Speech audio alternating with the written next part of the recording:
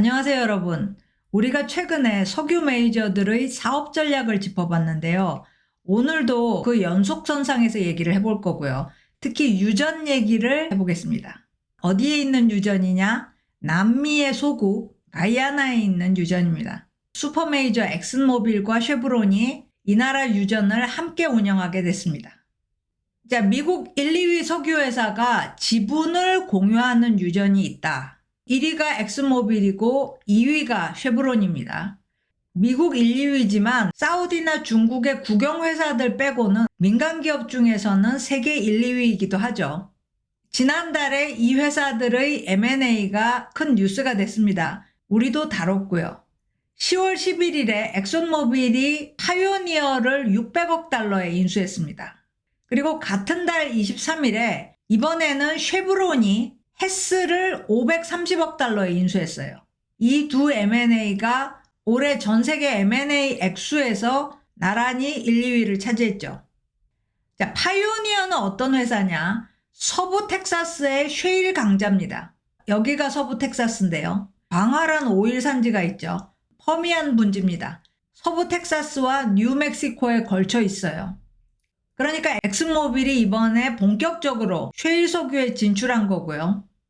자, 그러면 쉐브론이 산 헤스는 어떤 회사냐? 쉐일은 아니고 해양석유를 하는데 남미 가이아나 유전의 채굴권을 보유하고 있어요. 자, 엑슨모빌은 미국 유전을 산 거고 쉐브론은 남미 유전을 산 겁니다. 얼핏 보면 무관할 것 같은데 그렇지 않습니다. 가이아나 유전의 지분을 헤스만 갖고 있는 것이 아니라 엑슨모빌이 더 많이 갖고 있습니다. 그러니까 이제 엑슨모빌과 쉐브론은 같은 유전에서 사업을 하게 된 거죠. 자, 이 가이아나라는 나라 전혀 유명하지 않았습니다. 유전이 발견되기 전까지는요. 위치상으로는 베네수엘라와 수리남 사이에 있어요. 적도 바로 위에 있는 거죠. 그래서 나라 모양이 이렇습니다. 아름답죠? 이렇게 국토 대부분이 열대 우림으로 덮여 있는 나라입니다. 자, 이 가이아나 유전의 채굴권 그리고 운영권을 엑슨모빌, 헤스 그리고 중국 해양석유총공사, 큰욱이 공동 소유하고 있습니다. 지분율은 45대 30대 25예요. 자, 이번에 쉐브론이 헤스를 샀기 때문에 이제는 쉐브론이 이 30%를 가져가게 되는 거죠. 초기에는 엑슨모빌이 쉘을 데리고 와서 콘소시엄을 구성했습니다. 이 콘소시엄 하에서 유전도 발견하고 그랬는데 그 뒤에 쉘이 떠났어요. 그래서 새롭게 모집한 파트너가 헤스와 큰욱이었던 거죠. 자, 가이아나는 얼마 전까지만 해도 석유 한 방울 안 나던 나라였습니다. 그런데 작년에는 하루 39만 배럴을 생산하는 어엿한 산유국으로 변모했습니다. 2027년에는 하루 120만 배럴 생산할 것으로 전망되고 있고요. 하루 120만 배럴이 사우디나 러시아 같은 에너지 슈퍼파워에 비하면 엄청난 양은 아닙니다. 하지만 가이아나는 소국입니다. 인구가 80만 명밖에 안 돼요. 80만 명에게 하루 120만 배럴, 이 작은 나라 하나를 완전히 바꿔놓기에는 충분한 생산량인 거죠. 작년에 가이아나가 62.3% 성장했습니다. 전 세계 GDP 성장률 1위 차지했었어요. 그리고 올해도 38% 성장할 걸로 예상되고 있습니다. 올해도 세계 1위인 거죠. 자, 가이아나는 남미 최빈국이었습니다. 그런데 이제는 북미, 남미, 아메리카 대륙 통틀어서 1인당 GDP로 4위에 등극했습니다. 미국, 캐나다, 바하마군도 그 다음이 가이아나예요. 자, 엑슨모빌이 이 지역에서 석유 탐사를 시작한 게 그렇게 오래전이 아닙니다. 2008년이었어요. 그때만 해도 이 석유 탐사에 다들 무관심했죠. 그리고 시기도 글로벌 금융위기 때입니다. 그런데 탐사 시작하고 겨우 7년 후인 2015년에 스타브록 광구에서 라이자 유전을 발견합니다. 그 이후로 지금까지 파악된 매장량만 해도 110억 배럴이 넘습니다. 이 정도 매장량이면 엑슨모빌과 쉐브론에게는 향후 수십 년간 안정적인 생산량을 보장한다고 볼 수 있습니다. 사실 엑슨모빌은 가이아나에서 잭팟을 터뜨린 거예요. 라이자 유전은 탐사부터 생산까지 단 11년밖에 안 걸렸어요. 초단기 성공 사례입니다.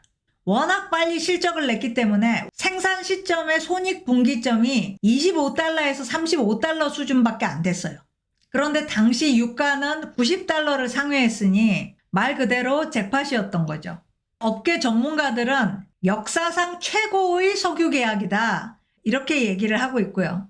그리고 이 스타버럭 광고의 석유가 품질이 굉장히 좋습니다. 경량에다가 유황 함량도 낮습니다. 원유가 다 같은 원유가 아니죠. 종류가 많습니다. 아주 끈적끈적하고 시커멓고 무거운 종류가 있는가 하면 맑은 원유도 있어요. 이건 검게 보이지만 투명도 높은 검은색입니다. 가야나 원유가 이쪽이에요. 그래서 엑손모빌이 가지고 있는 석유 자산의 평균보다 온실가스 함유량이 30% 정도 낮습니다. 정유하는데도 돈이 덜 들고 온실가스 배출을 덜 하기 때문에 생산비가 훨씬 덜 들어가는 유종이라는 거죠. 자, 앞에서 말씀드린 것처럼 가야나와 엑슨의 계약은 석유 역사상 최고의 계약이다. 누구에게? 당연히 엑슨에게 최고라는 건데요. 엑슨에게 엄청나게 유리한 계약이었습니다. 무기한 계약이고요. 이익은 가야나와 개발사들이 5대5로 배분하는데 이익 산정 자체가 우선 개발사 비용을 다 제하고 나머지가 이익이 됩니다. 그리고 개발사들의 각종 세금, 법인세 포함해서 이 세금을 가야나 정부가 받는 이익에서 제하도록 그렇게 계약이 되어 있습니다. 환경운동가들은 이 열대우림 지역과 해양 오염 가능성을 계속 지적하고 있고요. 그 밖에도 갑자기 가난한 나라에 거액의 돈이 흘러들어오면 나라가 분열될 수 있다, 이런 걱정도 나오고 있어요. 소위 자원의 저주죠. 주변에 그런 나라들이 많습니다. 자, 환경단체들은 계약을 제작성해야 된다, 이렇게 압력을 넣고 있고요. 만약에 기름이 유출되면 개발사들이 무한 책임을 져야 된다, 이렇게 강조하고 있는데 엑손모빌은 여기에 대해서 극구 저항하고 있고요. 엑슨모빌은 이렇게 얘기를 합니다. 심해 유전 작업은 이 세상 모든 생산 중에 가장 위험하다. 그리고 수십 년간의 탐사로도 보통 아무것도 발견되지 않는다. 유전 발견의 확률이 그만큼 낮다. 거기에 대한 정당한 보수를 우리가 받고 있는 거다, 이런 입장이에요. 실제로 유전이 발견된 2015년에 파트너사인 쉘이 떠났거든요. 그때 처음 발견했지만 매장량이 그렇게 크지 않았어요. 그래서 쉘이 떠난 겁니다. 쉘이 떠나고 새로운 파트너를 모집하는데 35개사에 초청 레터를 보냈다고 해요. 그런데 딱 2개 회사가 응답을 한 겁니다. 헤스와 크녹.